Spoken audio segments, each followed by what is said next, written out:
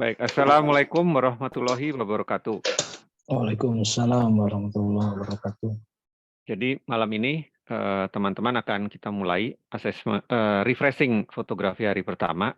Ini adalah rangkaian dari 2 hari berturut-turut. Kita mulai jam 7 sampai jam 9 malam. Nanti akan disampaikan oleh pemateri Pak Julian Sitompul sudah hadir juga bersama kita. Nanti kalau ada pertanyaan ya, setelah ada penjelasan, silakan bisa lewat kolom chat atau nanti bisa raise hand gitu. Baik, supaya tidak menghabiskan waktu, karena saya yakin teman-teman juga punya aktivitas yang lain, jadi bisa saya langsung mulai dan serahkan kepada Pak Julian Sitompul.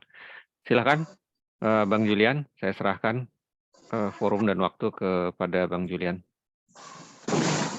Sudah, makasih. Selamat malam teman-teman ACC. Mohon izin, apa dengar suara dengan baik atau apa perlu dimatikan video? Bisa lebih keras, Bang Julian, mungkin? Apakah didengar dengan baik suaranya? Kedengar, Pak. Baik. Atau dimatiin aja videonya ya? Oke. Ya, boleh mungkin dimatikan. Selamat malam kawan-kawan ACC.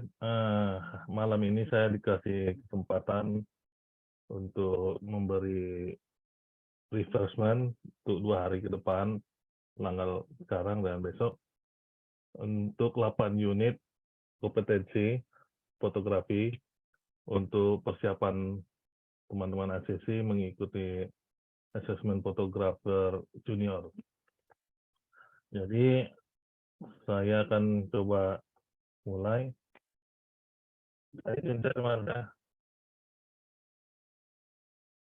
Ya. Terlihat ya, kawan-kawan, lihat semua. Oke, terlihat, Bang Julian. Lanjut. Oke.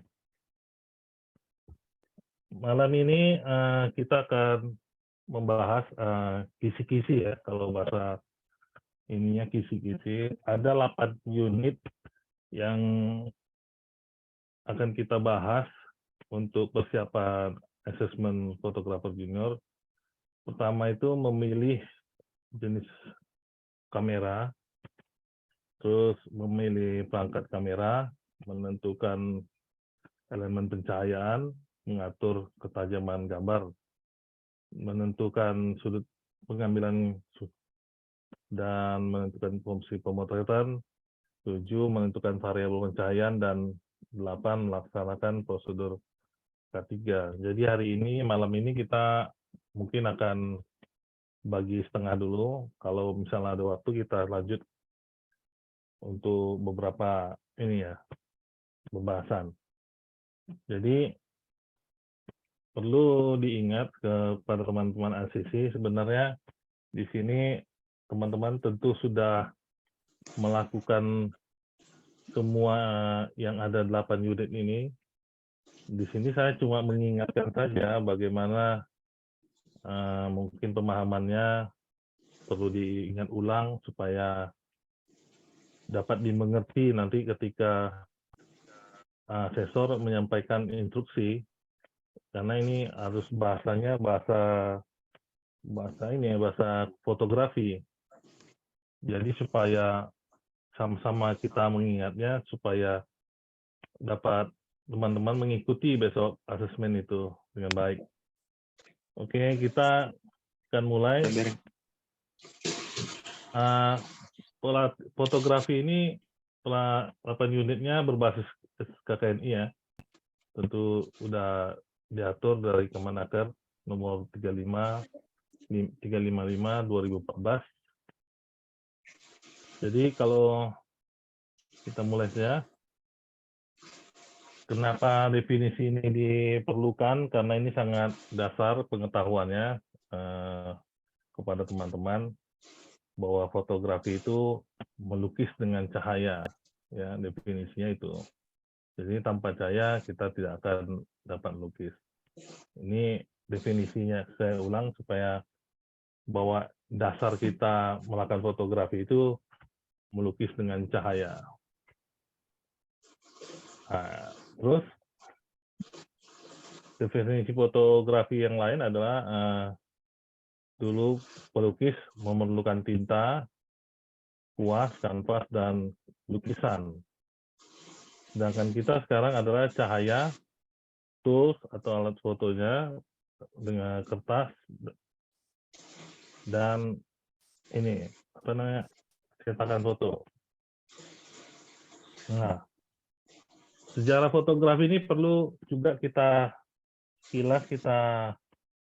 bahas karena kita adalah profesi fotografi, jadi kita harus mengingat sejarahnya. Perlu kita tahu juga sedikit banyak sejarah fotografi ini, bahwa sebagai pelaku fotografi kita wajib mengetahuinya bahwa kamera pertama itu adalah obscura dan itu ditemukan oleh Nietzsche. Ya, nanti kawan-kawan juga tambah lagi pengetahuannya kapan kamera SLR dikembangkan sampai kamera-kamera sekarang dengan merek-merek yang ada yang tersedia di pasaran.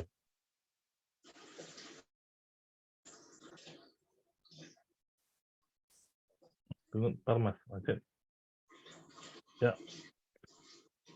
Jadi jenis kamera yang perlu kawan-kawan ketahui, teman-teman ACC, sekarang banyak keluar jenis-jenis kamera ya, yang kawan-kawan ketahui. Tapi yang perlu diingat adalah nanti saat assessment, yang perlu diingat kawan-kawan membawa kamera jenis apa gitu, ya. Apakah DSLR, apakah mirrorless, dan itu mungkin mirrorless dan DSLR ya masih diperbolehkan di assessment. Jadi ini jenis-jenis kamera kawan-kawan juga perlu tahu sampai di mana kebutuhannya kita dalam pekerjaan kita, apakah butuh medium format atau DSLR, mirrorless, seperti itu. Nah, untuk kamera sendiri kita perlu mengetahui anatomi kamera kita masing-masing, terutama dalam pengoperasiannya ya. Tombol-tombol itu harus bisa cepat diketahui dengan sampai tidak fasih atau tidak cekatan gitu. Mana tombol mana self timer, sensor, lampu, dudukan flash, dan semacamnya itu perlu kawan-kawan ketahui, menguasai peralatan sendiri. Jadi kapan disuruh keluarkan baterai ya harus bisa mengeluarkan baterai. Kapan disuruh delete ya harus bisa delete. Kapan preview gambar harus bisa preview gambar. Jadi kapan mengganti lensa juga teman-teman bisa dengan cekatan mengganti lensa. Juga membersihkan sensor, juga ini memasang dengan tripod juga harus cekatan. Jadi kita harus menguasai peralatan kerja kita, karena kawan-kawan pasti sudah biasa melakukannya di pekerjaan masing-masing. Karena ini adalah profesi, tentunya kita harus memahami lah dengan cekatan barang-barang atau peralatan kita, tools kita dalam bekerja.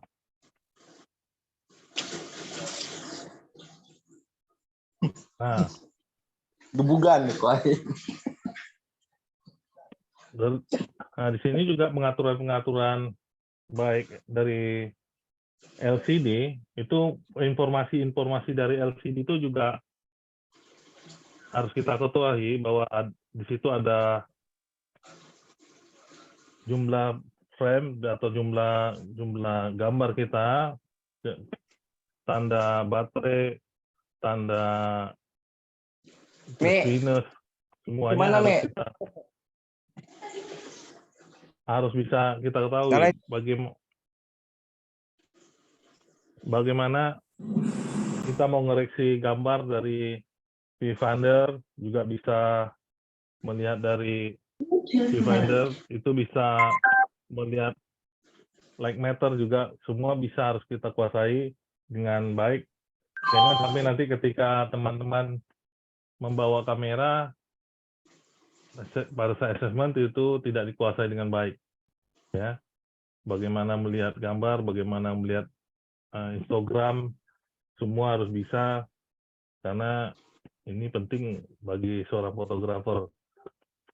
Semua informasi-informasi yang ada di kamera kita itu harus dikuasai. Gitu. Nah, kalau tentang lensa ini tentunya masing-masing teman-teman ketahui ya bagaimana lensa terbagi dua dari jenis lensa secara umum, lensa tunggal atau lensa fix yang kita kenal, lensa majemuk atau lensa vario. Tentu ini masing-masing harus kita ketahui bagaimana perbedaan ketika memakai lensa ini sesuai dengan kebutuhannya. Jangan sampai ketika instruksi asesor mengarahkan kita untuk memakai lensa fix, kawan-kawan memakai lensa vario atau zoom. Ya, jadi benar-benar periksa kondisi lensa itu dalam keadaan bersih, tidak ada jamur, tidak ada ya standar kita bekerja lah, bagaimana kondisinya baik, tidak berdebu, tidak berjamur, tidak rusak autofokusnya, dan itu semua baik, ya. Ya, jadi kalau kita melihat dari sudut pandang lensa, itu juga banyak jenis sudut pandang lensa ya, dari 8 mili itu sudutnya sekitar 180 derajat, 18 mili 100 derajat, yang kita kenal kalau di lensa itu adalah lensa wide, jenis sudut pandangnya ya, ada sudut pandangnya. Atau dari semakin tinggi itu semakin ruang sudut pandangnya adalah sempit. Jadi kalau lensa 200, lensa 135 itu sudutnya sempit. Ya, mungkin 135 itu 18 derajat. Jadi di sini kawan-kawan juga harus memahami kapan menggunakan lensa-lensa ini. Ketika memotret 2 orang diperlukan lensa apa gitu. Memotret orang ramai memerlukan lensa yang mana gitu. Dan itu teman-teman harus paham, cepat mengambil eksekusinya gitu. Jangan sampai salah gitu. Bagaimana efek dari lensa ini sendiri, sifatnya gitu. Kalau lensa semakin 135 itu semakin sempit sudut pandangnya. 200 semakin sempit lagi, apalagi 400 dan seterusnya. Jadi lensa-lensa ini, lensa wide, lensa 50 mili, 70 mili, itu harus kita ketahui sudut pandangnya. Seperti itu. Sama seperti gambar ini, ketika pakai 28, dia luas ya, dapatnya lebih lebar gitu, sudut pandangnya. Sedangkan pakai 50 semakin kepotong atau terpotong. Jadi sempit ya, agak sempit lagi. Semakin 100 semakin sempit lagi di 200, dan semakin sempit lagi ketika kita pakai 300 hanya rumahnya kelihatan. Itu. Jadi penguasaan lensa ini juga harus diketahui juga bagaimana pemahaman tentang lensa wide ini, lebar, sudutnya apa, sudut 135, lensa normal itu berapa sudutnya gitu. Jangan sampai kawan-kawan salah melakukannya. Oke, ketika ini cara kerja kamera, tentu kita tahu lensa foto, diafragma, rana, sensor. Itulah proses cara kerja kamera bekerja. Jadi nanti bisa dibaca-baca kawan-kawan supaya lebih paham ya. Oke. Untuk diafragma ini tentu perlu kita harus samakan pemahaman kita bahwa diafragma ini semakin kecil diafragmanya, semakin kecil diafragmanya, angkanya besar ya, angkanya besar, itu efeknya atau ruang tajamnya semakin luas. Nah, semakin besar diafragmanya, angkanya kecil, itu ruang tajam semakin sempit. Nah, jadi kira-kira kalau teman-teman ini kita kasih contoh kasus saja. Kalau kira-kira teman-teman motret orang ramai, kira-kira perlu jumlah orang 10 ya, 12 orang atau 10 gitu. Motret dengan lensa wide, kira-kira diafragma berapa? Ada yang tahu nggak?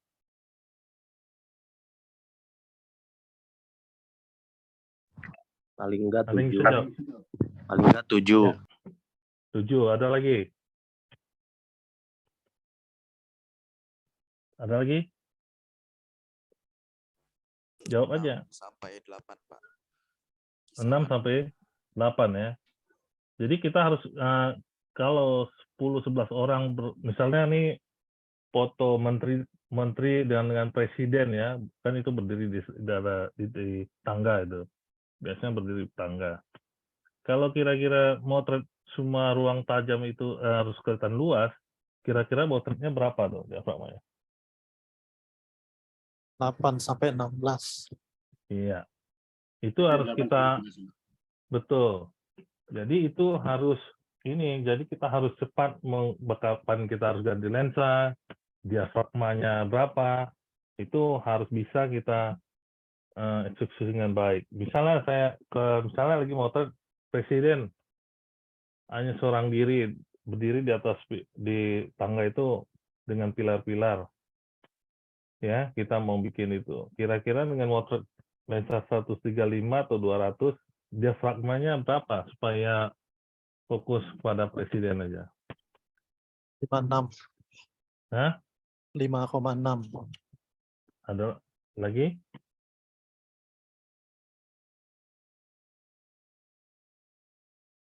Ada yang lagi? Nah, ya. Itu bisa 5,6 ya. Jadi karena ruangnya, kenapa begitu kita pilih itu? Karena tentunya pasti karena ruang lensanya adalah sudut pandangnya sempit ditambah dengan diafragma itu. Jadi ini yang harus kita ketahui, bagaimana jangan sampai instruksi dari asesor itu kita nggak paham. Misalnya bagaimana kalau kita motret ini seperti tadi orang ramai, kita butuh diafragma berapa misalnya kan? Nah, itu harus kita dipraktekkan gitu, bahwa kita memakai ruang diafragma yang kecil ya. Jadi diafragma yang kecil, angkanya besar, ruang tajamnya luas ya. Kalau ruang bukaan besar, angkanya kecil, itu ruang tajamnya lebih sempit. Oke? Nah, ini harus kita tahu. Nah, dengan rana atau shutter ini juga begitu. Semakin lambat shutter, semakin banyak yang akan masuk cahayanya. Tetapi semakin lambat, semakin cepat, semakin banyak semakin sedikit yang masuk. Nah, tentu ini bagaimana efeknya adalah kepada gerakan. Ya. Rana ini pengaruhnya kepada gerakan. Jadi ketika kita memfreezing suatu gerakan, itu butuh kecepatan berapa kira-kira? Misalnya motor lah, lari 50 km per jam. Berapa tuh, Pak, teman-teman? 1.000 ke atas. 500 bisa. 1/500. Ya, ya kalau kita mau freezing itu orangnya beku, kendaraannya beku bisa cepat 500, 1000 ya itu bisa. Ya, itu kemauannya harus begitu. Ketika kita membuat teknik panning itu berapa tuh kira-kira? Antara 1/15, 1/8, tergantung kecepatan motornya juga. Betul.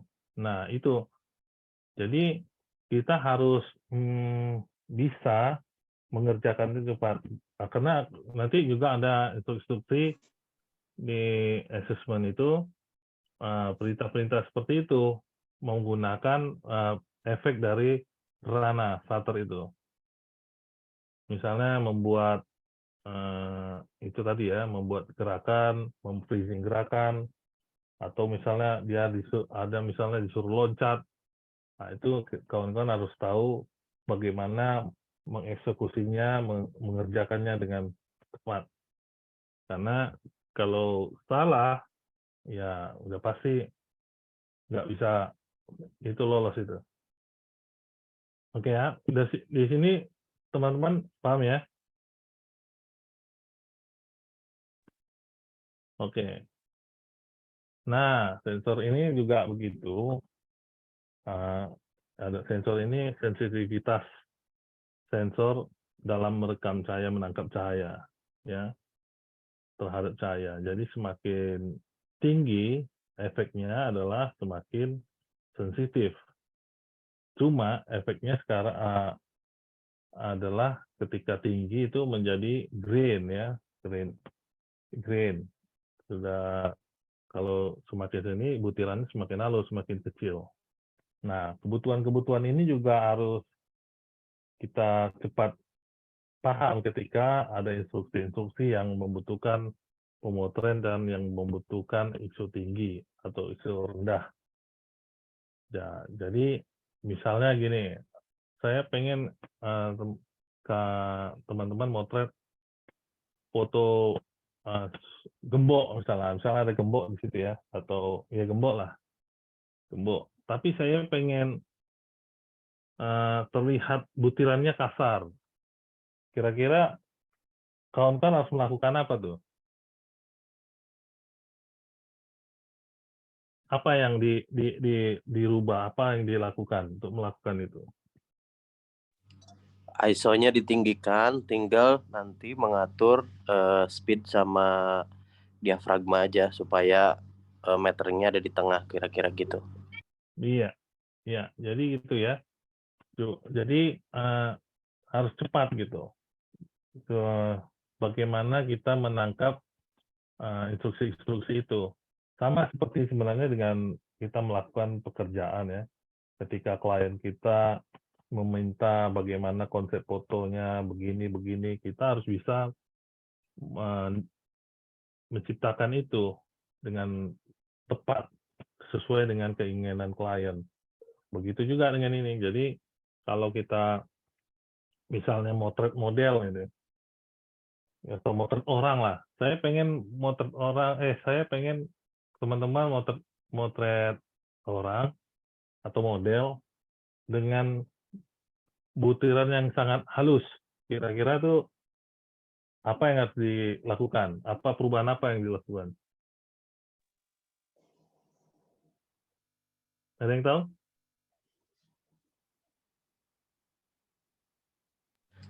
ISO-nya paling rendah, speed-nya mungkin di 125 sama tinggal mainkan diafragma bukaan besar. Ya, jadi itu disesuaikan ya. Ya, jadi begitu. Jadi bahwa perubahan-perubahan itu baik apakah dia perlu misalnya instruksinya adalah efek gerakan, kita harus melakukan perubahan pada rana atau shutter. Ketika dia butuh ruang tajam, sempit atau luas, itu kita rubah di diafragma. Ketika butuh butiran-butiran yang halus dan kasar, kita berubah di ISO. Seperti itu. Ya. Kira-kira sampai sini kawan teman ACC paham ya? Ada pertanyaan enggak kira-kira?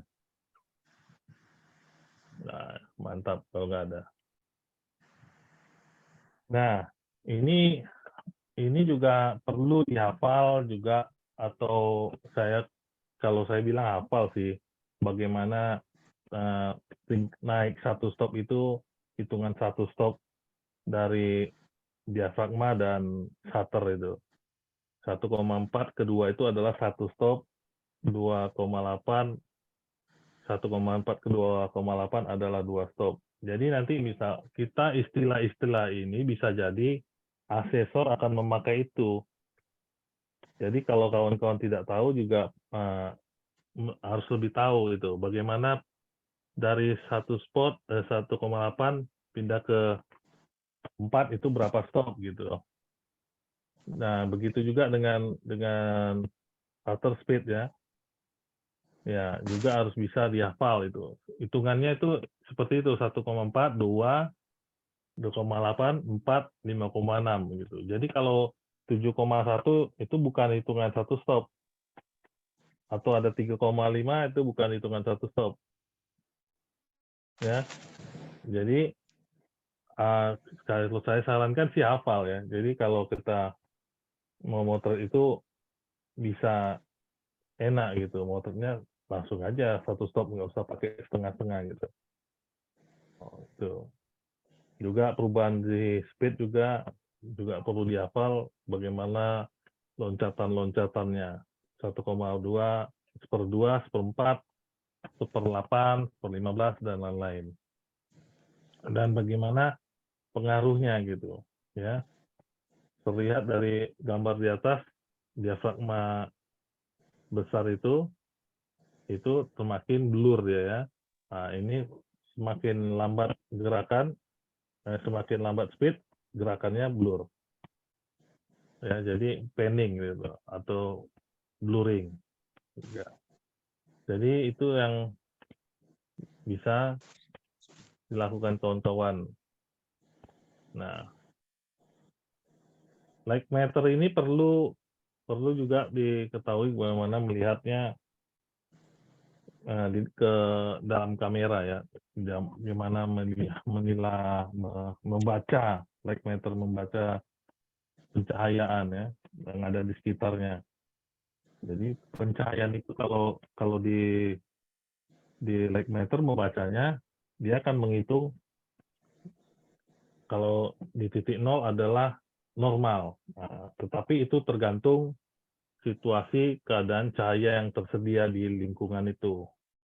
Misalnya ternyata di 0 ternyata sedikit gelap, nah kita tinggal naikkan atau overkan atau sedikit underkan.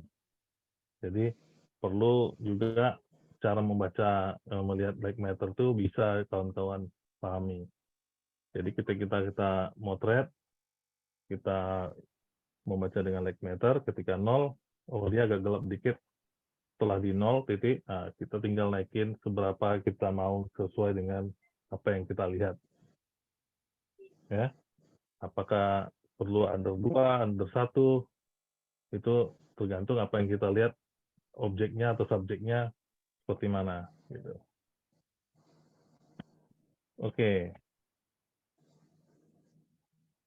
Nah, ukuran sensor juga perlu ya, nanti kawan-kawan, apakah teman-teman pada saat assessment itu membawa DSLR, full frame, atau APS-C juga harus bisa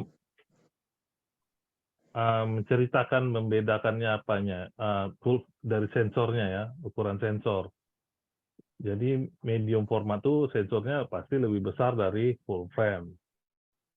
Sedangkan full frame itu 36 kali 24 dan APS-H dan APS-C itu juga ada crop factor-nya. Full frame-nya sensornya tidak sama dengan full frame. Jadi perlu juga kawan-kawan mengetahui kamera jenis apa yang dibawa pada saat assessment nanti. Jangan sampai salah menerangkan nanti bawa full frame dibilangnya APS-C gitu. Dibilangnya dibawa APS-C tapi bilangnya full frame. Nah, itu tidak bisa seperti itu. Ya, jadi kalau bisa kamera kita sendiri ya, jangan bawa kamera pinjam. Karena kita harus menguasai barang atau tools kita sendiri. Seperti itu. Oke ya, sampai sini ada pertanyaan? Paham semua ya? Oke. Siap, insya Allah Nah. paham. Oke. Jadi ada crop sensor. Jadi perbedaannya tuh kalau sensor 35 mili itu full frame, sensor dia tuh banyak bagian-bagian gambar tuh terpotong ya. Tidak sama dengan full frame sensor APS-C gitu. Itu juga harus teman-teman bisa membedakannya. Berapa jumlah kali crop-nya juga harus bisa APS-H 1,3, 1,5 APS-C. 1,6 APS-C portrait 2 kali. Jadi hitungan-hitungan itu juga bisa kawan-kawan jelaskan pada saat ketika ditanya kalau misalnya pertanyaan dari asesor seperti itu. Nah, ini hitungan-hitungannya. Jadi kalau kita pakai full frame, pakai 30 mili terlihat lebih luas ya, lebih full karena sensornya merekam itu. Kalau pakai APS-C kepotong berapa 1,3, 1,5, begitu juga dengan lainnya. Jadi hitungan-hitungan ini juga bisa lah dilakukan teman-teman bagaimana hitungan-hitungan dari crop factor masing-masing dari kamera kita. Ya, syukur-syukur bawa full frame jadi tidak capek gitu. Tapi ini perlu dipahami juga APS-C, APS-H berapa crop factornya gitu. Oke.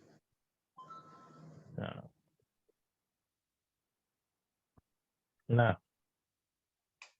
di sini bagaimana cara memegang kamera, kawan-kawan juga harus bisa pahami bagaimana kita harus megang kamera itu terlihat kokoh ya. Ya, badan, kaki juga bagaimana kuda-kuda lah. Kalau saya bilang kuda-kuda ya. Bagaimana kaki, badan itu jangan terlihat tidak kokoh ketika megang kamera itu. Itu bisa mempengaruhi pada saat kita motret ya. Jangan sampai motret satu tangan ya, apalagi merokok. Ini karena kita profesi kan, tentu kita harus memakai memakai etika-etika yang atau standar-standar yang sudah kita akui gitu bersama. Bagaimana kita motret dengan kaki, tangan yang kokoh, tidak terburu-buru, rileks ya. Telapak tangan sangat kokoh menggenggam lensa dan kamera. Jadi tidak lagi terlihat satu tangan, bahkan satu tangan lagi megang rokok gitu. Itu bukan ciri profesi itu. Ya, itu ciri-ciri orang-orang yang main-main gitu. Jadi cara memegang kamera itu perlu juga diperhatikan kawan-kawan supaya terlihat kokoh dan hasilnya tidak shaking dan sebagainya. Oke. Nah, perangkat penunjang. Nah, di sini juga kawan-kawan besok membawa perangkat-perangkat yang lain selain kamera, menunjangnya apakah tripod, pembersih kamera yang standar ya, standar kita butuhkan standar tali strap, kartu memori, body cap, speed light, dan tas kamera. Juga ini perlu dikuasai juga teman-teman bagaimana cara mengeluarkan memori. Ya, cara mengeluarkan memori, cara memformat memori, cara mendelete gambar itu harus bisa teman-teman kuasai. Terus bagaimana memasukkan baterai, bagaimana menghidupkan flash, mengoperasikan flash juga harus bisa dikuasai teman-teman. Juga terutama ketika memasang tripod, ya. Tripod itu, memasang tripod itu juga sesuatu yang perlu diperhatikan gitu. Kelihatannya remeh ya, tapi kalau salah memasang tripod itu bisa fatal gitu. Kira-kira kawan-kawan ada yang bisa menggambarkan nggak bagaimana cara memasang tripod dengan baik? Posisi tripodnya itu bagaimana kakinya? Ayo, jangan malu-malu. Ya.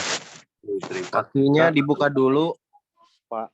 Mm-hmm. Kakinya dibuka dulu, baru kita kepala tripodnya diambil dulu, masukkan ke dalam kamera itu. Baru nanti setelah berdiri kokoh, baru kita tempelkan kamera ke tripodnya. Posisi kaki 3 itu di mana tuh? Yang kakinya yang satu, yang kan itu 3 tuh ya.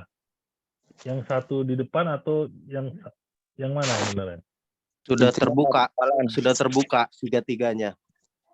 Ya, posisi kakinya. Kalau kakinya kan ada satu di depan, ada 2 di belakang. Atau ada 1 di belakang, 2 di depan. Yang mana yang benar? Yang benar yang 1 di depan, kanan kiri, baru Di kanan belakang. kiri gitu. Ya. Depannya itu yang 1. Ya. Jadi posisi yang benar seperti itu ya. Bahwa 1 di depan, 1 di belakang itu 2. sangat 2 ya. Kenapa? Karena kalau kita mau yang kakinya di belakang itu bisa tersenggol jatuh. Ya. Posisi kaki tripod itu jangan di belakang satunya. Tapi yang satunya harus di depan, 2 di belakang. Ya. Kalau tersenggol itu parah lah, udah pecah lah semuanya. Dan itu juga sangat diperhatikan. Jadi walaupun remeh ya, memasang tripod itu sebaiknya itu diperhatikan karena itu demi keselamatan kita kerja. Dalam bekerja itu perlu diperhatikan. Dan barang-barang ini juga bagaimana kita harus ingat barang-barang yang kita bawa supaya tidak kececer ya. Misalnya kita bawa lensa 2, pulang lensa bawa 1. Sampai di studio, loh mana lensa 1 lagi? Nah, itu perlu ada catatan-catatan teman-teman juga. Ketika membawa barang-barang yang lebih banyak dalam satu tas. Dan perlu ada catatan-catatan seperti itu. Ya. Terutama lensa, memori berapa yang kita bawa, terus kamera juga perlu. Dan itu tentu harus keadaan bersih ya. Dan kita motret juga perlu keadaan semua bersih. Seperti itu. Ya. Sampai sini ada pertanyaan kawan-kawan? Kalau dari tripod tadi udah paham ya? Oh iya, mau nanya Pak, kalau untuk alat-alatnya ini kita bawa sendiri apa gimana ya Pak? Oh iya Mas, jadi kalau bisa dibawa sendiri, tapi tidak harus ya misalnya kalau bawa tripod tidak perlu bawa monopod lah, gitu. Tapi perlengkapan yang lain seperti strap, kartu memori, baterai, flash, tas yang pasti, lensa, kamera tuh dibawa. Seperti itu. Kalau bisa barang sendiri, jangan pinjam, karena itu nanti kita tidak menguasai, padahal sebenarnya sehari-hari kita menguasai, tapi karena barang lain atau merek lain kita jadi Ya, ketika dia berhadapan dengan asesor ini kan mental juga harus dijaga gitu. Jangan sampai kita gugup, buyar yang semua ditanyakan atau ditesnya begitu. Seperti itu. Itu Mas.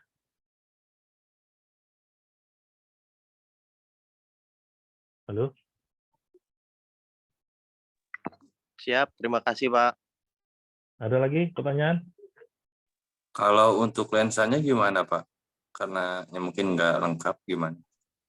Nah, lalu lensa minimal 1 ya, tapi kalau bisa zoom lah. Yang zoom kalau minimal kalau bisa 1 ya, minimal zoom ya. Atau bisa 2 juga boleh. Tergantung kita punya lensa berapa gitu. Kalau misalnya ternyata Mas ini punya 2 atau 3 yang jenisnya berbeda, ya 2 aja. Bisa jadi ada instruksi yang menggunakan lensa yang kita punya itu, gitu. Nggak apa-apa berat-berat demi kita bisa gitu ya untuk assessment itu. Karena di sini sifatnya asesor ini mencatat dan melihat apa yang kita kerjakan gitu dari peralatan kita gitu, bisa mengoperasikan dengan baik lah, itu intinya Mas. Ada lagi Mas pertanyaan? Tanya aja Mas. Halo, putus-putus.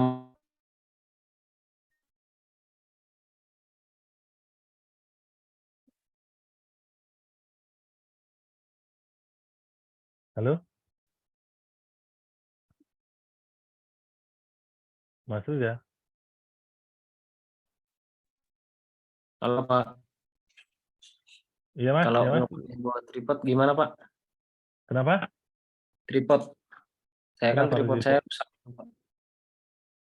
Belum Oh, beli lagi.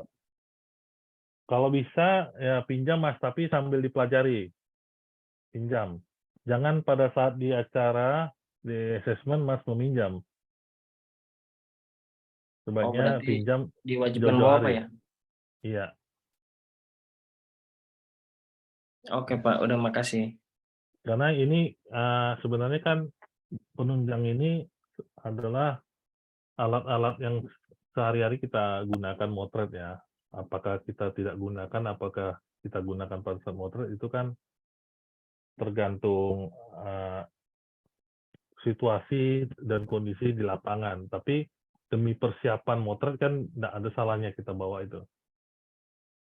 Gitu. Daripada jauh-jauh, kalau jauh-jauh motret ternyata, ternyata butuh tripod. Nah, kayak gitu. Kita mengibaratkan begitu tuh kalau di assessment ini. Ya, jadi peralatan-peralatan penunjang ini juga perlu dibawa. Apa harus Nah, bawa dua-duanya Pak? Tripod, monopod, apa cukup salah satu? tripod, sebaiknya tripod, monopod nggak usah. Monopod yang nggak usah? Ya. Oke siap, makasih banyak Pak. Iya, Pak. Selamat malam Pak, mohon izin Ya. bertanya. Iya. Ini kan saya sebagai profesi fotografer wedding Pak ya. Iya. Kalau setiap hari pekerjaannya ini nih jarang membawa tripod Pak. Itu gimana ntar Pak? Apa mempengaruhi penilaian Pak? Nah, bukan pengaruh penilaian, Pak, tapi ketika takutnya assessor ada membuat pertanyaan atau meminta Bapak mempraktekkannya menggunakan tripod. Dan seharusnya memang fotografer itu sudah biasa menggunakan tripod, walaupun dia tidak pakai dalam pekerjaannya maupun pakai, itu harus sudah biasa menggunakan atau memakai atau memasang lah Pak, misalnya. Itu Tapi kita harus. Pak mohon maaf ya. Tapi kalau di dunia fotografer wedding tuh Pak ya, mohon maaf punten ya Pak ya. Kalau Ya. untuk kondisi akad nikah tuh ya, itu kita jarang memakai tripod Pak. Tapi alat-alat penunjang ini perlu dibawa, Pak. Oh iya iya iya. Iya, nanti Berarti harus, tinggal Pak, ya? Iya, karena gini, kalau tergantung instruksinya apa dari asesor. Misalnya ternyata Bapak bawa ya nggak ada instruksi untuk pakai nggak pada instruksi pakai tripod, ya syukur gitu. Tapi misalnya Bapak nggak bawa, ternyata ada instruksi untuk menggunakan tripod, ya kan sayang gitu. Sebaiknya persiapan aja, Pak. Oh gitu ya. Oke, oke. Iya, Oke Pak, terima kasih. iya. Ya, ada lagi teman-teman?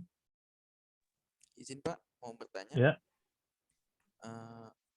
Jadi kita nih dari teman-teman itu ada yang datang bersamaan. Nah kebetulan kita satu production house lah bisa dibilang.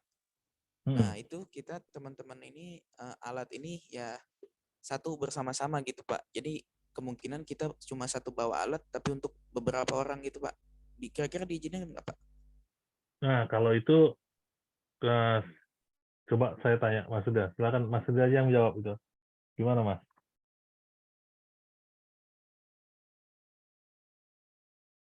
Mas Sudah?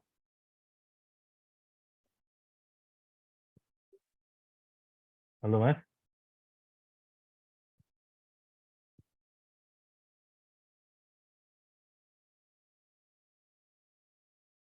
Halo?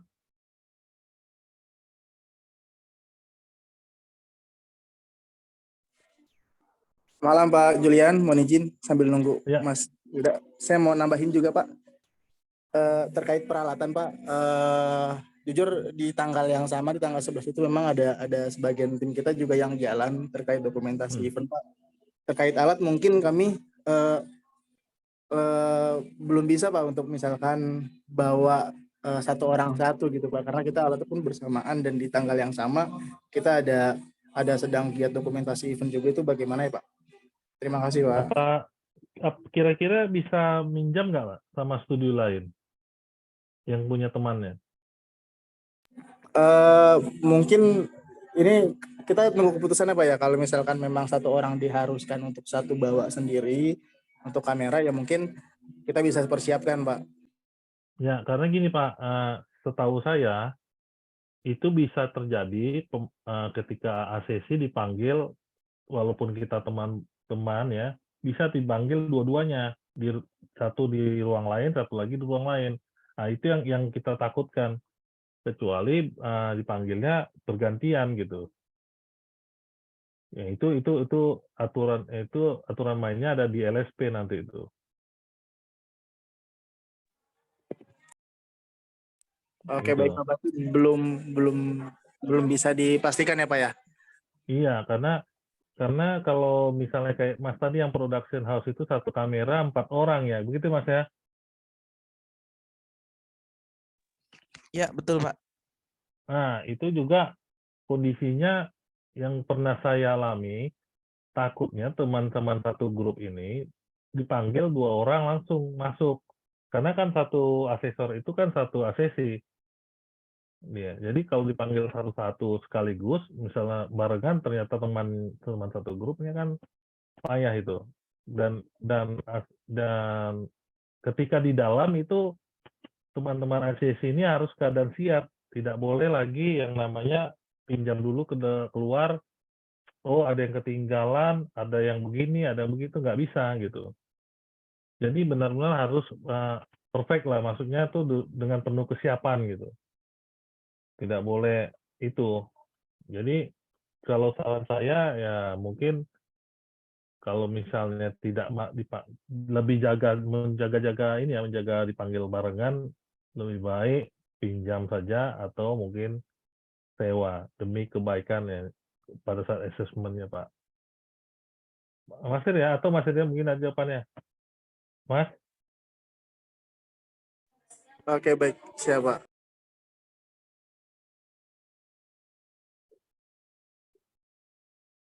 Ada yang lain pertanyaan sambil nunggu Mas Rida?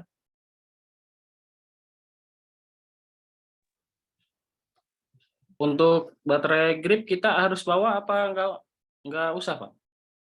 Ya, itu nggak jadi keharusan ya, karena tanpa baterai grip kita juga bisa motret. Tapi kalau masih tidak nyaman pakai baterai grip, bawa aja. Itu kan baterai grip itu soal kenyamanan ya. Kenyamanan kita motret. Kebiasaan juga. Jadi kalau udah biasa Mas baterai grade dan pengaruh ketika motret tidak pakai baterai grade, ya itu juga bisa jadi grogi nanti. Jadi sebaiknya pakai baterai grade atau tidak itu pilihannya ada di, keputusannya ada di Mas lah, teman-teman lah. Oke, siap Pak. Terima kasih banyak. Oke. Ada yang lain? Kalau yang flash, Pak? Kalau yang flash itu, wah, memang wajib itu dibawa ya, karena itu standarnya kan yang sebenarnya itu kamera, flash, tripod, pembersih, strap, ya, terus lensa, baterai, memory card, gitu. Itu kalau lensa ya bisa 2, bisa 1. Kalau 1 sebaiknya yang zoom, gitu.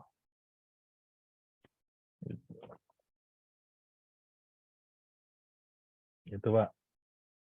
Ada lagi teman-teman?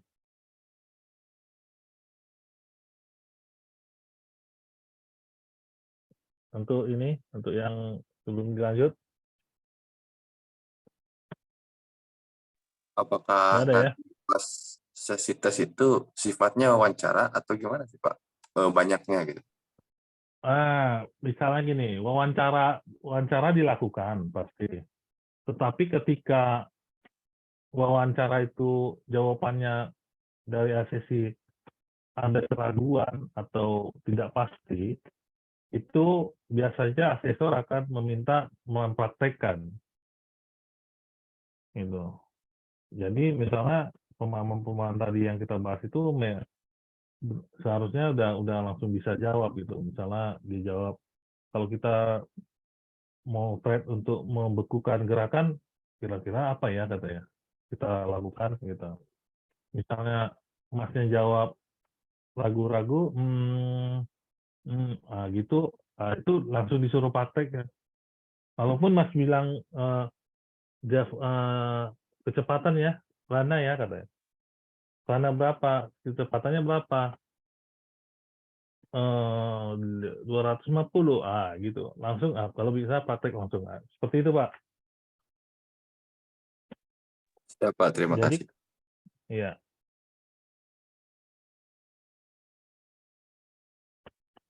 Jadi kalau misalnya kita kan, saya rasa kawan-kawan di sini kegiatannya sehari-hari udah pasti motret lah ya, nggak mungkin mancing di sini kan. Apalagi dalam kerjaan pemotretan ini udah pasti lah, udah biasa kebutuhannya apa, cara memotret seperti apa, bagaimana mengoperasikan itu. Nah, itu yang akan dicoba di interview sama sensor, kan dia tinggal mencatat gitu, mengamati gitu. Kalau misalnya dia ragu sama jawaban kita, dia akan suruh kita praktek langsung gitu. Ada yang lain?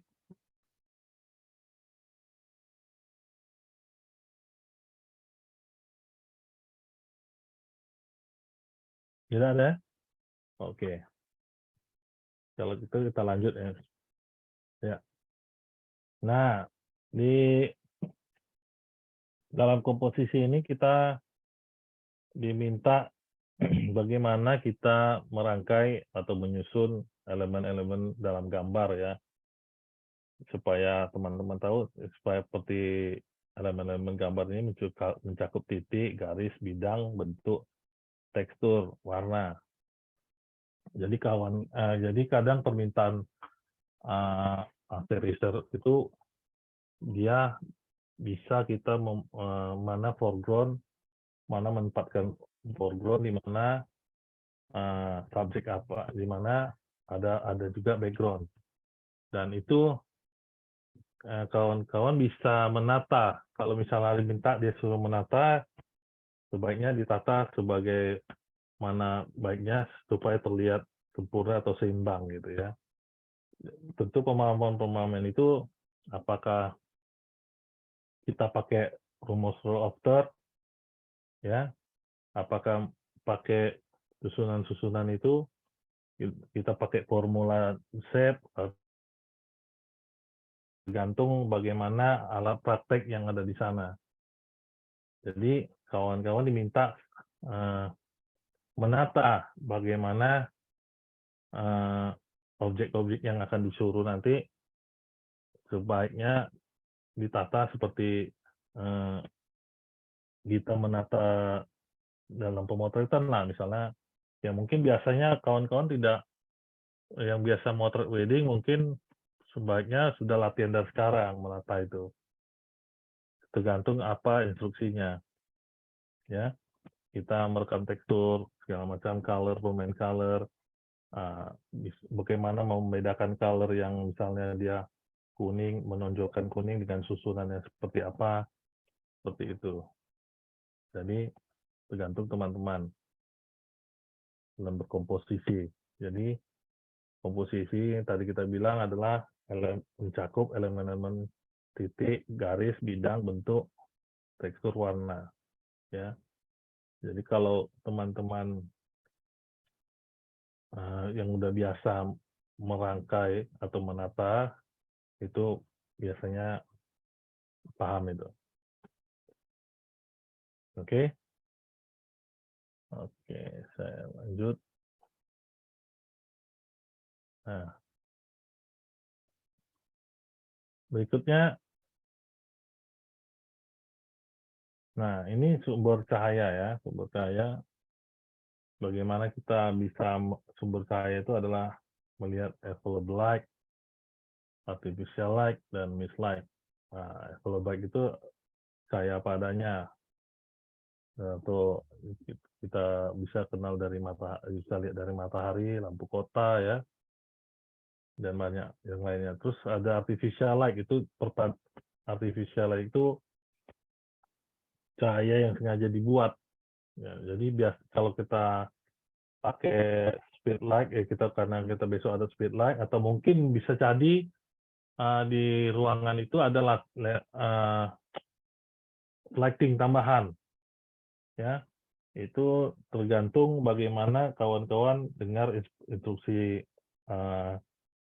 aksesornya. Apakah dia minta mixed light atau dia artificial light atau bergabung itu atau mixed light, ya itu harus bisa kawan-kawan terjemahkan ya dalam sumber cahaya itu. Sampai sini ada pertanyaan?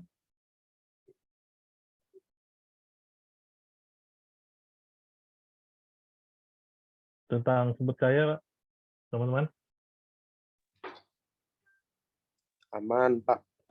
Aman ya? Oh, berarti mantap nih, lulus semua nih, kompeten semua nih berarti. Pak. Ya. Maaf, Pak Julian, kalau bisa on cam bisa nggak? Hah? On cam. Takutnya lambat ini internetnya atau bermasalah gitu. Oke. Saya coba ya. Takutnya sinyalnya nggak bagus nih.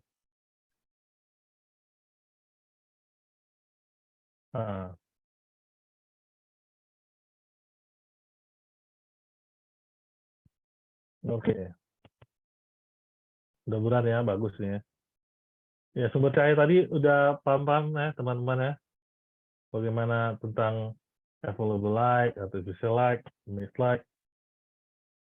Nah, biasanya tuh ada permintaan-permintaan atau pertanyaan-pertanyaan yang akan disampaikan asesor nanti. Oke. Nah, tentang arah cahaya juga perlu kawan-kawan ketahui. Ya. Bagaimana backlight, rim light, sub light, overlight, front light. Ya. Itu pasti punya efek yang berbeda. Ya. Seperti ini. Ya.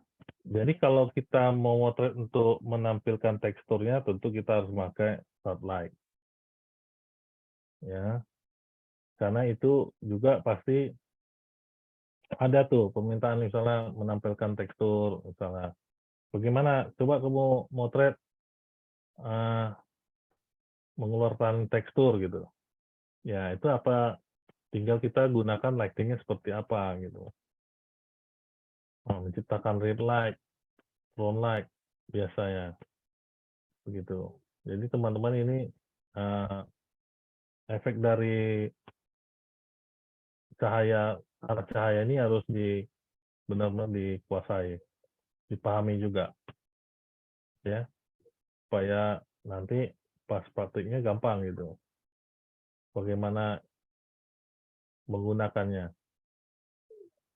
ya. Nah, juga sudut pengambilan gambar gitu. Ada top angle, ada high angle, ada eye level, low angle, dan stroke eye. Ya, itu juga kita harus bisa menata, misalnya nanti ketika menata itu menentukan sudut pengambilannya juga harus tepat gitu, sesuai dengan instruksi atau pertanyaan asesor, ya. Jadi supaya tahu begitu. Misalnya untuk menampilkan tekstur gitu dengan lighting-nya seperti apa misalnya, angle-nya seperti apa gitu. Itu harus pemilihan yang benar-benar ya baik lah, supaya enak dilihat gambarnya. Seperti teman-teman motret ini, motret apa kayak mungkin motret pre-wedding atau motret dokumentasi kantor juga seperti itu. Angle tuh perlu seperti itu. Ya, begitu juga memperhatikan datangnya cahaya gitu. Perlu juga datangnya cahaya diperhatikan ketika kita harus menampilkan apa gitu. Kalau menampilkan dramatis ya kita bisa rim light atau bisa spotlight juga. Gitu. Sampai sini ada pertanyaan? Selamat malam, Pak. Ya. Mau bertanya tentang pencahayaan. Kalau misalnya di proses artificial light-nya menggunakan reflektor, kalau misalnya di sana gitu, apakah reflektor akan dipertanyakan atau tidak? Atau dengan teknik boncer atau ya, apa gitu, Pak? Kalau reflektor biasanya kalau misalnya teman-teman bawa reflektor pasti nanti akan dicoba ditanya gitu ya, apakah misalnya membawa reflektor. Jadi ya itu kan alat penunjang. Tapi untuk yang biasanya yang sangat kita perlu ingat ketika menggunakan flash ya, bagaimana menggunakan flash dengan cahaya yang rata gitu. Bagaimana apakah di bond ya. Bagaimana dengan cahaya yang keras juga kita harus tahu itu. Iya, Pak. Ya. Karena paling takut, Pak, di pencahayaan. Iya. Pada diam semua. Hebat juga ternyata kata saya pada diam semua. Iya, betul, Pak. Kalau misalnya pencahayaan segalanya takut. Betul, Pak. Jadi misalnya gini, teman-teman misalnya bawa reflektor, ya kan? Kalau keadaan di situ tidak ada tempat bisa untuk ngebons yang putih, ya kita bisa bikin bisa misalnya kayak tempat bonds ke atas atau ke samping gitu. Itu untungnya bawa reflektor gitu. Ketika Bapak minta disuruh motret gitu kan, tapi cahayanya kurang atau limit light misalnya, supaya cahayanya merata dan detailnya kelihatan ya perlu kita bonds misalnya. Ya tentu kita pakai penunjang yang kita bawa gitu tadi ya, tripod untuk menjepit reflektor atau apa gitu kita bawa. Seperti itu. Ya, Pak. Makasih, Pak. Ya. Pokoknya ini Mas, saya ingatkan lagi ya, buat kawan-kawan di sini. Kalau instruksi asesor tidak bisa jelas didengar, boleh kita minta ulang, ya. Misalnya, oh maaf Pak, tapi dengan sopan ya. Maaf Pak, saya kurang begitu jelas, boleh diulang sekali lagi. Ya. Itu hak kita, ya. Jangan malu kita gak jelas mendengar instruksinya, tapi kita lakukan gitu. Ya. Jadi jangan sungkan juga bertanya sama asesornya kalau misalnya nggak jelas. gitu apa yang disampaikan. Iya, Pak. Iya. Teknik pencahayaan, Pak. Susah, Pak. 4 SKS. Terima kasih, Pak ya. Ya, tapi ini sebenarnya tidak ini ya, tidak terlalu, karena ini kan yang fotografer junior ya skemanya, jadi tidak terlalu begitu apa ya tinggi ya maksud, tapi kita memahami lah, minimal kita memahami bagaimana penggunaan cahaya, apakah cahaya yang ada di sana atau tambahan dari yang di praktek di sana, atau nanti kita bawa flash kita gitu, seperti itu. Oke, ada lagi pertanyaan teman? Berarti nanti untuk lighting sendiri kan kita bawa ya Pak, atau di sana disediakan. Maksudnya kan nanti kita kayak beberapa cahaya kayak rim light, oval light itu kan dilepas dari kamera ya kalau misalkan pakai flash. Berarti harus pakai trigger gitu, kayak teknik strobis gitu kan? Iya. Nah, bisa bawa. Ya, makanya saya bilang Pak, alat penunjang yang biasa kita bawa pakai bekerja, apakah itu strobis, apakah itu reflektor, itu memang kalau memang kita yakin bahwa itu bisa ada pertanyaan itu, kita bawa aja, karena kita nggak tahu instruksi asesor ini tiap orang berbeda-beda, nggak sama nih antara Mas Arif ini, Arif Unix ini dengan Mas Ayub Brian itu nggak sama instruksinya, bisa jadi berbeda. Jadi ketika di luar nanti nanya asesor tadi nanya apa, nggak bisa sama itu. Jadi sebaiknya ketika asesor dia minta ini, ya kebutuhannya memang pas strobis ya Mas ya tuh apalah kita yang ini yang sudah bersiap gitu.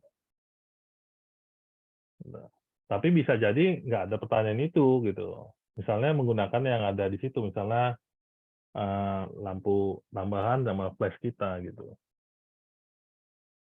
Tapi bisa jadi ada gitu. Tapi sebaiknya bawa saja, tidak ada ruginya kan. Cuma 1 hari ya. 1 hari berat-berat kan nggak apa-apa ya. Atau bawa asisten untuk ngangkat-ngangkat nggak apa-apa. Gitu. Ada lagi Mas?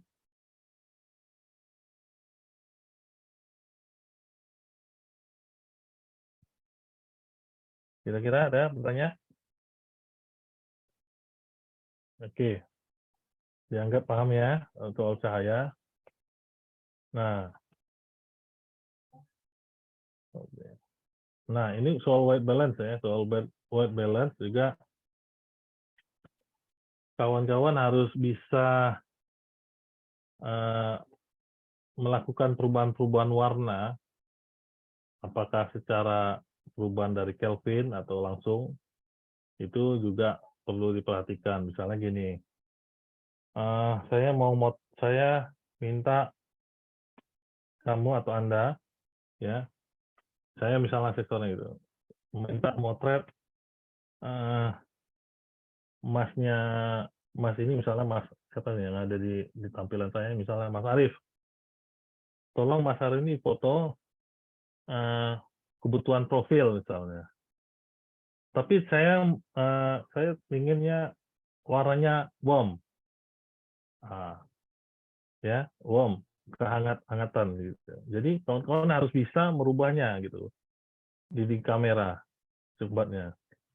Ya, bagaimana baik misalnya gini. Saya saya minta kamu motret benda di situ, misalnya ada mobil-mobilan tapi warnanya normal. Tidak kuning, tidak lebih normal. Ya, kita juga harus mengerti itu penggunaan white balance ini. Ya, sama lah dengan tema-tema color sekarang kan bisa kita lihat di beberapa media di Instagram ya, bagaimana selera warna itu kan sudah banyak. Cuma bisa kita kuasai untuk merubah itu di kamera kita. Apakah menggunakan picture style atau menggunakan white balance atau merubah langsung di Kelvinnya, itu juga teman-teman harus bisa. misalnya nanti saya pengen motret kucing-kucingan, misalnya ada kucing di situ. Atau misalnya tolong digayain Mas Ayub, misalnya ini Mas Ayubnya. Mas Ayub ini dengan gaya galau, tapi warnanya cool aja. Nah, itu harus bisa diterjemahkan kawan-kawan, itu warnanya apa. Nah, itu. Cool itu. Kira-kira gimana? Warna cool itu apa aja? Atau seperti itu. Ya. Perubahan white balance warna di white balance kita nih juga harus kita bisa pahami, tahu. Gitu. Oke, kira-kira ada pertanyaan sekitar itu?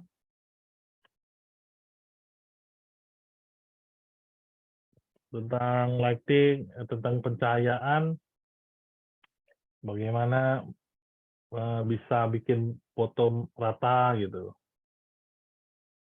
cahayanya atau langsung, kira-kira gimana? Ada pertanyaan nggak?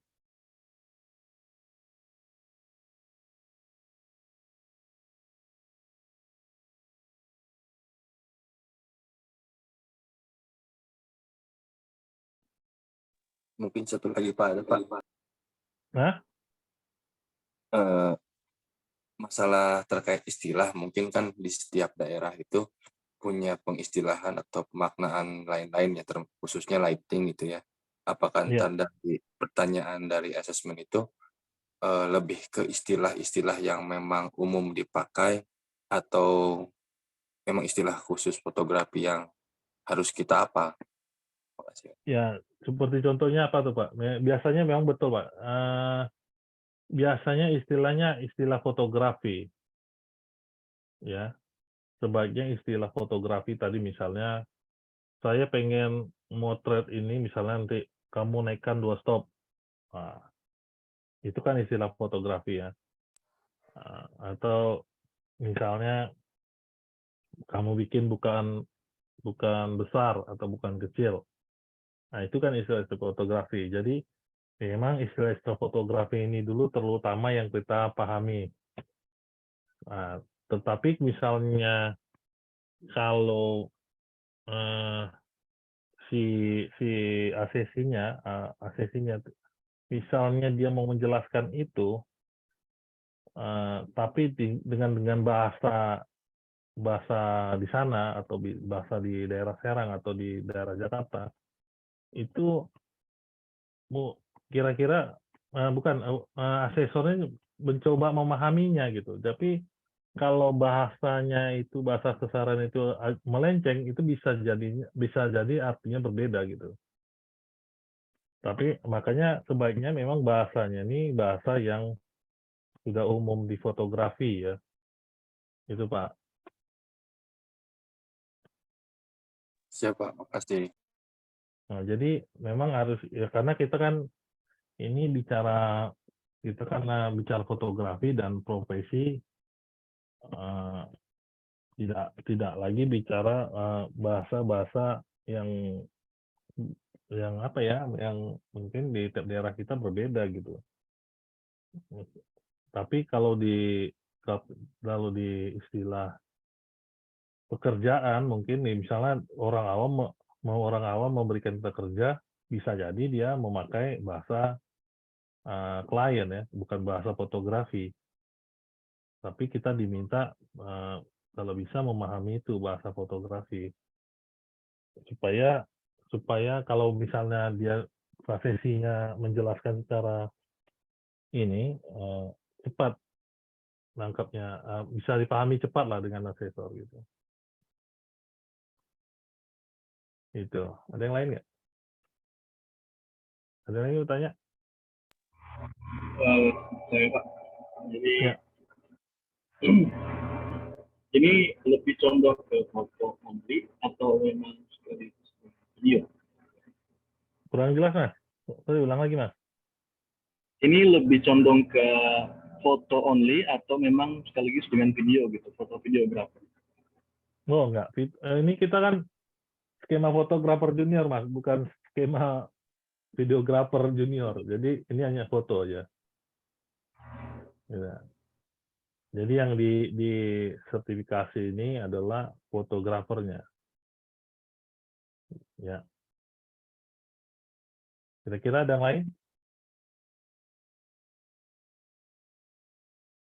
Ingat-ingat lagi apa ada pertanyaan? Ini Pak, mohon maaf. Ya.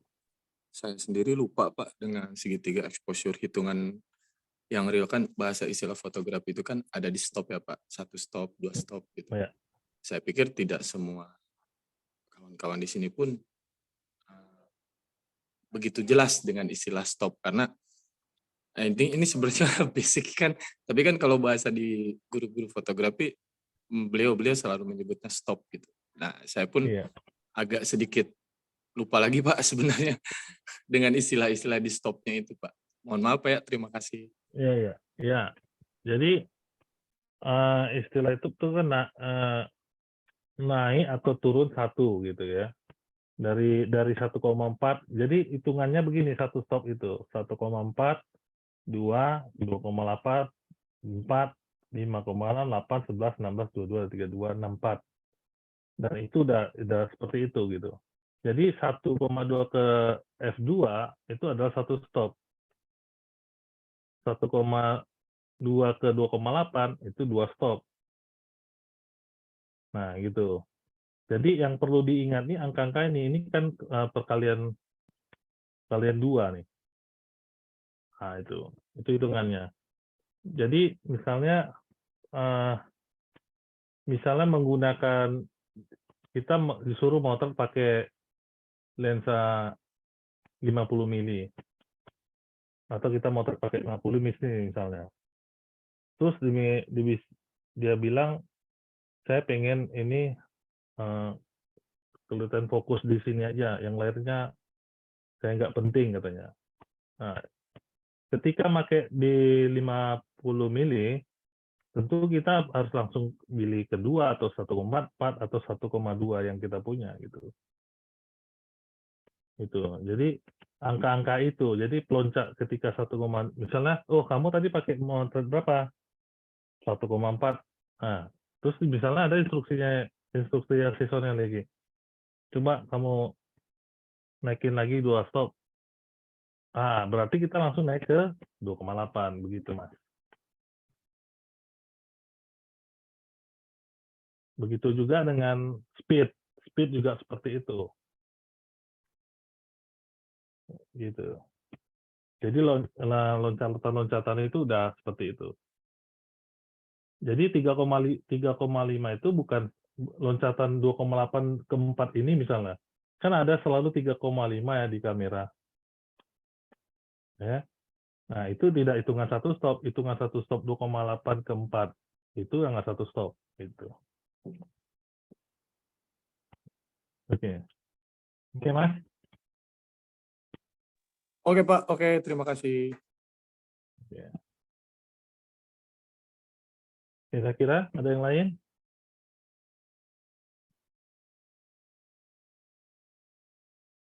Terus saya ingatkan kembali ya, jadi tombol-tombol kamera semua harus bisa dikuasai teman-teman. Apakah tombol menghapus, juga tombol informasi, dan lain-lainnya harus bisa dikuasai. Misalnya dia minta berapa sisa, berapa kapasitas dari 16 GB ini, atau 16 GB berapa kapasitas yang gambar yang bisa dipakai dalam bentuk RAW misalnya. Nah, itu bisa dijelaskan di situ. Terus yang lain-lain juga seperti itu. Ya. Terus jangan sampai lupa membawa kamera yang jelas, bisa misalnya ya pakai APS-C ya pakai APS-C, jelaskan berapa crop vektornya, harus bisa juga kita hafal itu apa vektor dari kamera kita. Terus lensa ya, lensa bagaimana penggunaan lensa ini kalau ketika perintahnya adalah lensa wide ya pakai lensa wide. Kalau misalnya perlu di sudut pandang yang sempit ya di zoom. Kalau misalnya nggak ada ya pakai misalnya punya lensa 50 mili aja ya maju dan mundur aja gitu.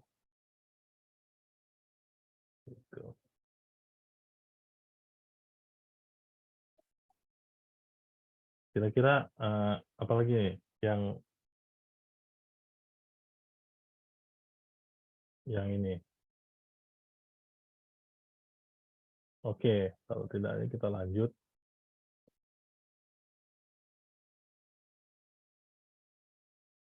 Nah, ini soal ketiga ya, soal ketiga sebelum memotret. Jadi ketika kita memilih profesi ini, kita sudah pasti sangat memperhatikan ketiga, keselamatan dan kesehatan kerja. Jadi sebelum memotret kita mencari informasi lokasi, waktu, dan kondisi pemotretan, melakukan asesmen risiko, mempersiapkan keselamatan dan kesehatan secara yang cukup. Saat memotret, melakukan asesmen atau berkoordinasi dengan orang sekitar, mengenakan pakaian sesuai kondisi lokasi pemotretan, mengenakan perlengkapan keamanan kesehatan, mengikuti aturan tempat yang diberlakukan, menjaga sikap kerja sesuai dengan prosedur keselamatan, memperhatikan sekitar untuk menjaga keselamatan. Jadi jangan nanti teman-teman diminta K3, menjelaskan K3, dibilangnya ya berdoa dulu Pak. Ada yang bilang kita harus berdoa dulu Pak. Ya bisa sih, tapi nggak tepat gitu. Atau ya kita makan dulu Pak. Perut harus kenyang katanya. Iya bisa, jawaban bisa, tapi nggak tepat gitu. Jadi perlu diperhatikan juga cara menjawabnya ya. Apa ya biasalah yang kita lakukan ketika motret survei sebelumnya kan. Perhatikan itu yang kita harus jelaskan ketika bicara tentang K3. Jadi jangan lagi bilang saya harus kenyang perut supaya berpikir enak gitu. Ada lagi yang bilang, oh kita doa dulu Pak. Nah, ya berdoa ya udah pastilah, masa nggak berdoa ya kan. Nah, tapi itu yang harus bisa dijelaskan kawan-kawan soal K3. Seperti itu. Nah, terus bagaimana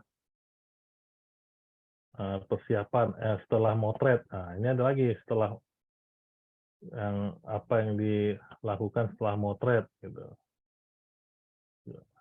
Kawan-kawan harus bisa menjelaskan juga kalau misalnya pertanyaannya itu apa setelah kita motret itu apa lagi nih yang kita harus lakukan. Nah, itu kira-kira ada yang tahu nggak?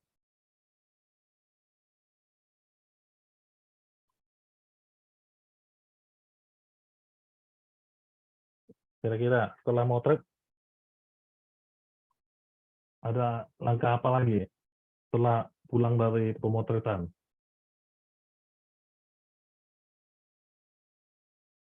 Sortir gambar Pak. Sortir gambar. Ada yang lain? Cek alat Pak. Cek alat. Terus?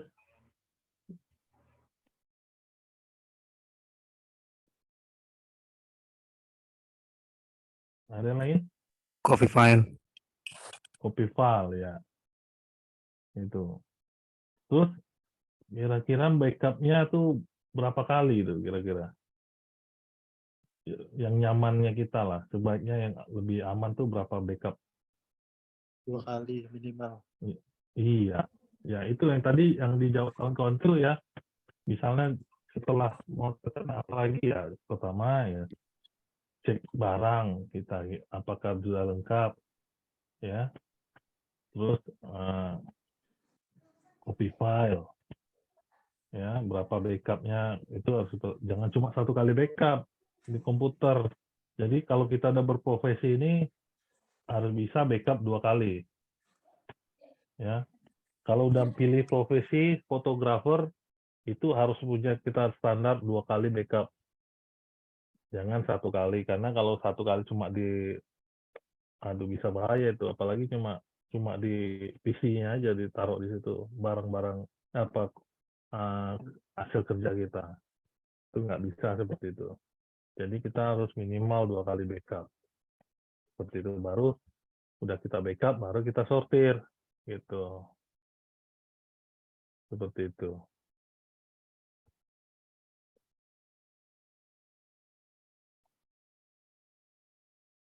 Terus tentang pencahayaan ini kira-kira ada bertanya lagi? Atau tentang persiapan penunjang ini, berkomposisi, menata.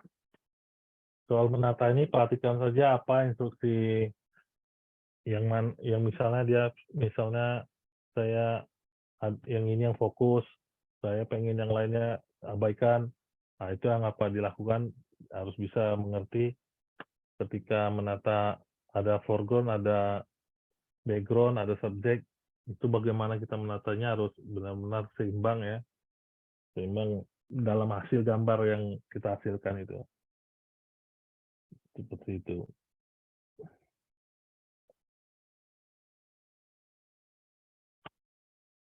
Nah,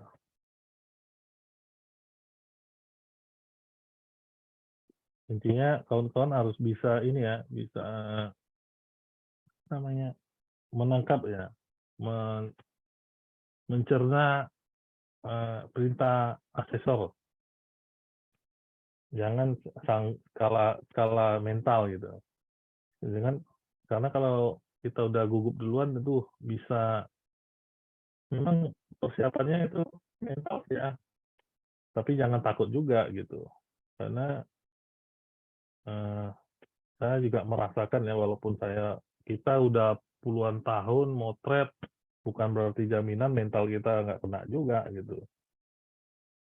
Saya juga merasakan gitu, walaupun ada gugup beberapa menit ya, itu harus kita bisa kendalikan dengan cara kita masing-masing. Jangan gugupnya kelamaan. Kalau gugupnya kelamaan bisa game kita nanti. Gitu. Ya Pak, izin tanya lagi. Ya. Untuk komposisi, apakah nanti ada pertanyaan seputar golden ratio, Pak? Karena itu sedikit. Enggak ada ya, Pak? Ya, enggak. Bukan. Jadi kita itu kan apa ya? Komposisi yang kita selama ini pelajari ada golden ratio ya. Terus ada rule of third itu. Itu tinggal kita bagaimana mempraktekkan saja, apa kita ketika instruksi itu kita dengar seperti misalnya, oh saya sebaiknya menggunakan golden ratio misalnya, oh saya menggunakan rule of third aja, oh saya main background foreground aja, itu tergantung kita, semuanya cuma dilihat keseimbangannya gitu. Gitu. Siap, Pak. Gitu, Mas. Siap. Sama. Terima kasih, Pak ya. Ya.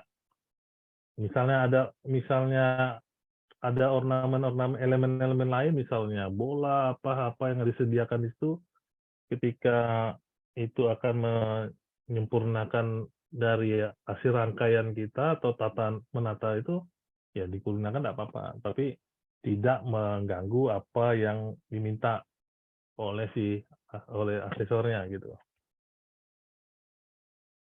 Gitu, Mas. Kira-kira ada lain?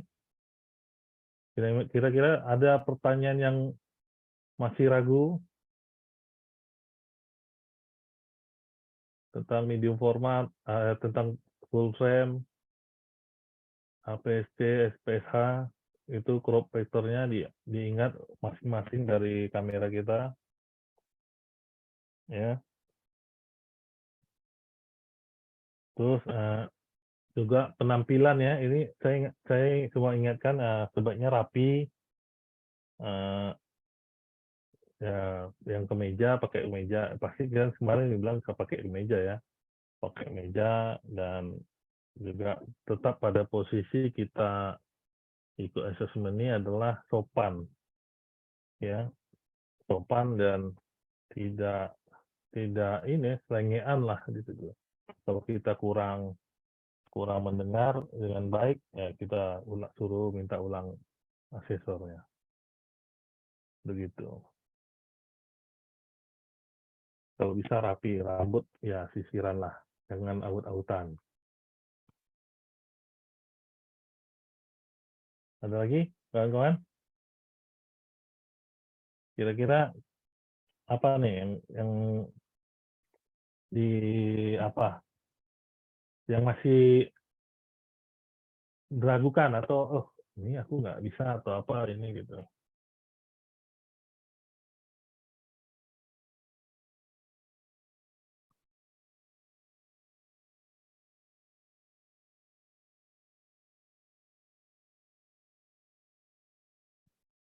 Nah itu lagi ya, Mas Ria monitor. Ya, gimana, Bang Julian? Tadi ada pertanyaan Mas, Ya. ada di sini satu production house yang akan ikut assessment 4 ACC ya, 4 orang. Tapi cuma punya tools-nya satu bersama, itu gimana tuh kira-kira? Boleh nggak? Kalau dibilang boleh atau tidak, saya pikir begitu berhadapan dengan asesor, peralatannya siap. Itu yang bisa saya sampaikan. Nah, oke. Jadi udah jelas ya, teman-teman.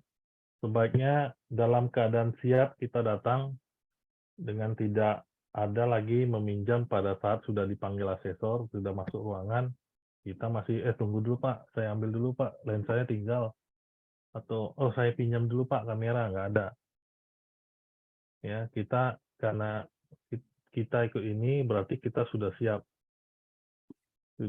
tempur lah, ibaratnya sama dengan kita motor ya, kita kan penuh persiapan kan, bila perlu 1 hari itu kita mikir lagi apa yang masih kurang. Begitu juga dengan SSPD ini. Jadi jangan kita anggap enteng atau anggap remeh lah dengan persiapan itu. Bila perlu 1 hari sebelum acara kita ingatkan lagi. Perlu nggak penting ya sebaiknya bawa aja gitu.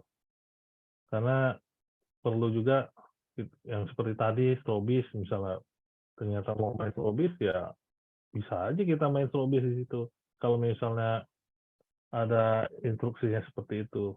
Nah, itu. Nggak rugi lah kalau kita membawa lengkap daripada tidak lengkap. Itu. Kira-kira ada pertanyaan lagi, teman-teman?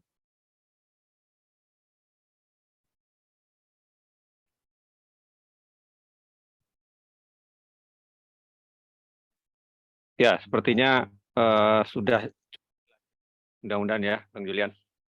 Ya. Penyampaiannya. Baik, mungkin saya Bang Julian boleh minum dulu, mungkin dari tadi ngobrol mungkin jadi agak-agak seret. Oke, Mas. Saya take over sebentar. Oke, waktu menunjukkan 20:47. Tadi saya ngecek daftar absensi, kira-kira 30 menit yang lalu masih 21 orang. Jadi mohon kembali teman-teman, daftar absensi tolong diisi seperti yang sudah kami sampaikan kemarin, yang pada saat Zoom dihadiri oleh Ibu Kabid Dispar Banten. Ini memang kami memberlakukan prosedur yang cukup ketat ya. Jadi jangan dilihat ini menyusahkan atau apa menyulitkan. Bukan. Tujuannya bukan menyusahkan atau menyulitkan, tetapi memang kami inilah yang disepakati ya, disepakati untuk dilakukan. Dalam artian kata absensi saja kami melakukan beberapa kali cek dan recheck terus. Update peserta juga hari ini setiap 2 jam tuh diupdate terus ya. Karena kembali lagi slot ini kan memang sudah diupayakan betul-betul oleh Dispar Banten dan sudah atas perjuangan Dispar Banten,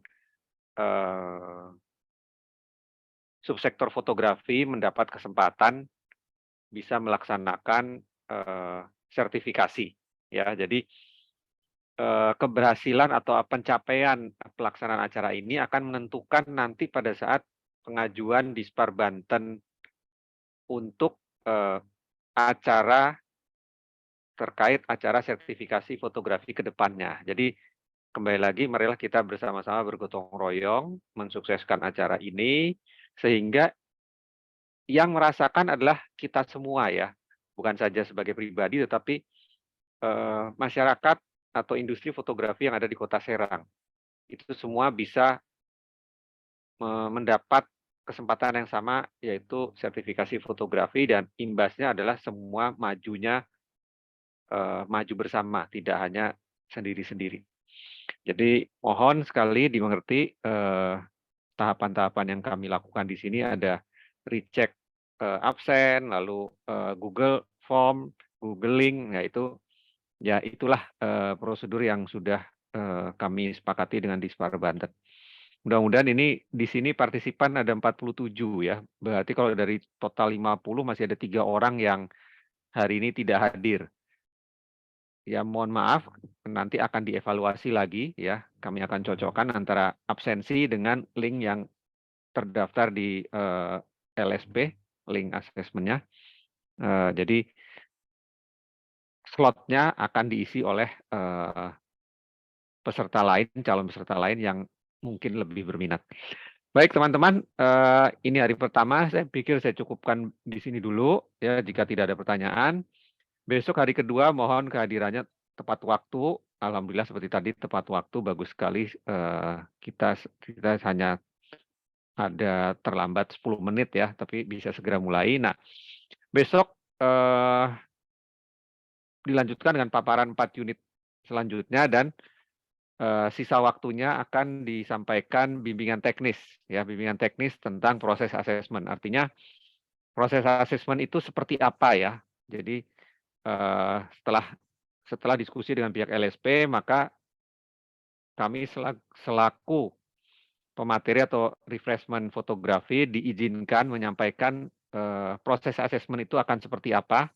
Ya, akan kami coba jelaskan, kira-kira batasannya 30% itu boleh kami informasikan seperti apa proses asesmennya. Ya, selebihnya itu adalah tetap menjadi wewenang para asesor. Tapi kami sudah negosiasi dengan pihak LSP, kami boleh menyampaikan kisi-kisi asesmen pada tanggal 11 Maret besok sampai kurang lebih 30%.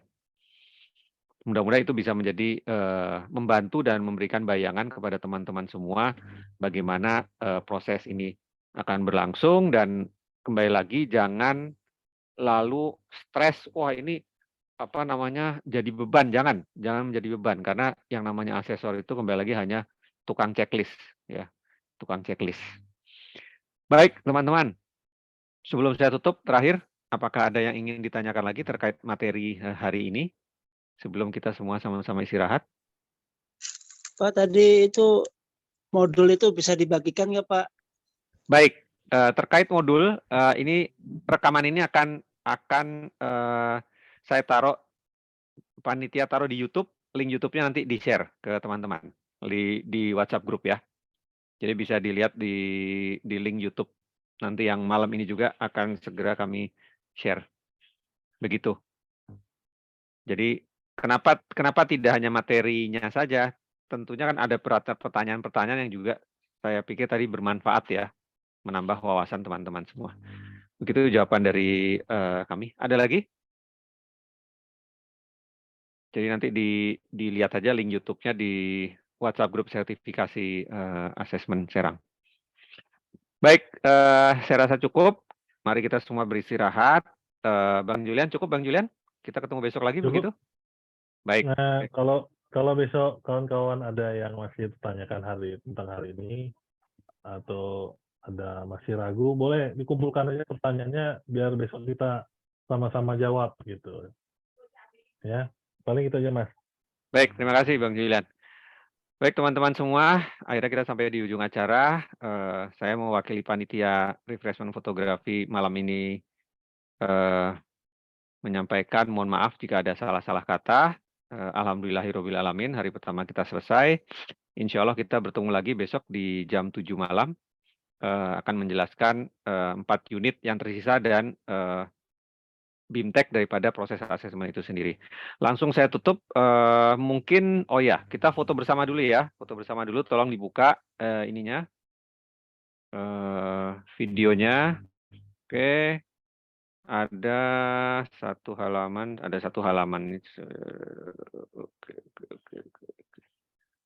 Oke. Oke, baik. Satu halaman. Ya, bersiap. 1, 2, 3. Oke, sekali lagi kita foto. Baik. Ya. 1, 2, 3. Oke, baik teman-teman. Terima kasih semua. Langsung saya tutup. Wabillahi taufik wal hidayah. Wassalamualaikum warahmatullahi wabarakatuh. Kita ketemu lagi besok. Salam. Waalaikumsalam Waalaikumsalam warahmatullahi wabarakatuh. warahmatullahi wabarakatuh.